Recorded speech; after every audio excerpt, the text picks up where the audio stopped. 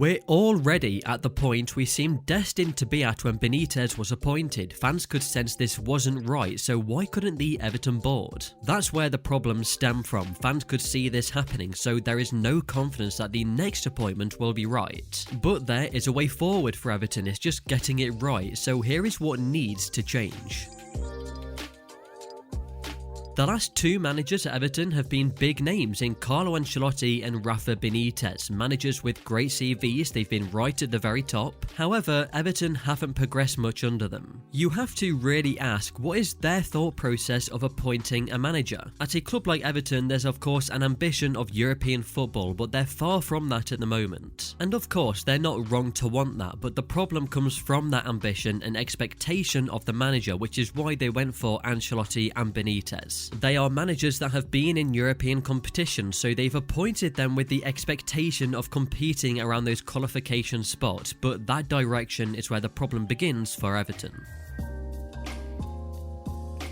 The short-term thinking of wanting qualification as soon as possible has led to them appointing these managers, but that is exactly what has got to change. It seems they're trying to take the big step without doing the thing in the middle, and that's preparing the team correctly. There has got to be a long-term vision where the team is built over a few transfer windows, the manager is able to build a team with his players, and that ambition can slowly become a reality. For example, a manager who I'm sure they'd have wanted is Graham Potter. He was never going to join Everton this month, but if you can't get him, then take tips from how he's built Brighton up. The board at Brighton scouted out for a manager up and coming who is ambitious, wants to prove himself at a high level, and has a clear style of play that he can attempt to implement. And therefore what this means is getting that style of play to work becomes the focus, the main priority of the whole club. Of course, there was a difference in expectation for Graham Potter when he arrived at Brighton, where they weren't even looking at European football in the near future. They wanted to sustain their Premier League status over multiple seasons, then push on further to mid-table. But it can be the same at Everton. Appoint a long-term manager, aim for top half, build the team and let the players understand the system, then you look to push further from there.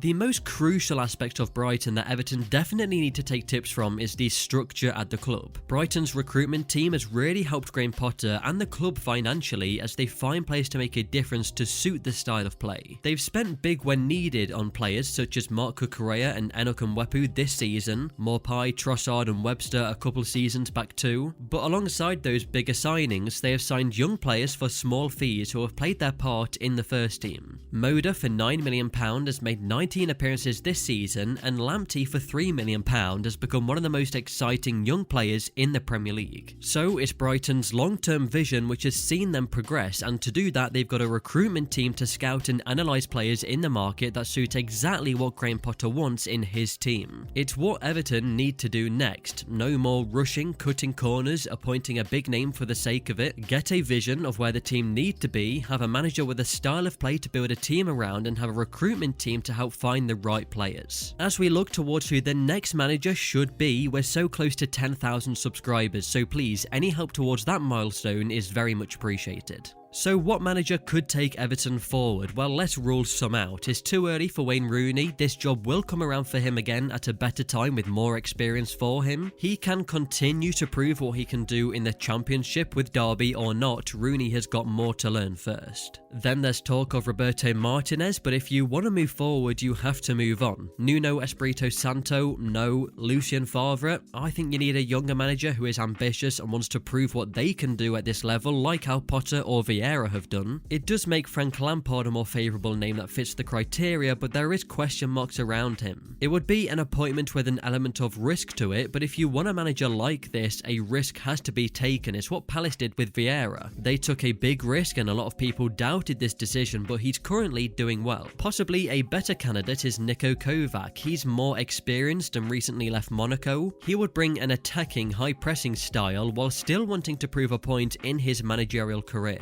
Paulo Fonseca is another unemployed manager, 48 years old, most recently at Roma where he finished 5th and 7th while taking Roma to the semi-finals of the Europa League. He's also won the Ukrainian Premier League with Shakhtar Donetsk 3 years in a row. And then other options either don't seem appealing or realistic at this moment in time. When that new manager joins then, how big of a rebuild is really needed? Well, there are some good assets in this squad that can elevate Everton up the league table and particular traits in players to utilise. Calvert Calvert-Lewin back in the team means that there's goals up front, Richarlison can bring the flair and ability in possession, Doucouré can bring the goals from midfield, and Alan is an experienced and reliable defensive midfielder. A first 11 like this, with some of the positions to improve in, would be a good template for the new manager as they look to mould the team how they want. Everton's plans should be this: support the manager with a structure that prioritises recruitment of the right players for the system that the new manager brings. When the vision is clear on the pitch, the players can be bought for the long term to build around. There should be trust in the manager to build season upon season. Great things shouldn't be expected in the first season, but an aim to get top half or at least mid-table with clear progression towards a style on the pitch that players and the fans enjoy should be the goal. So comment who you think the new manager should be, and please click the like button if you did enjoy. For more insight and analysis, subscribe to Route 1.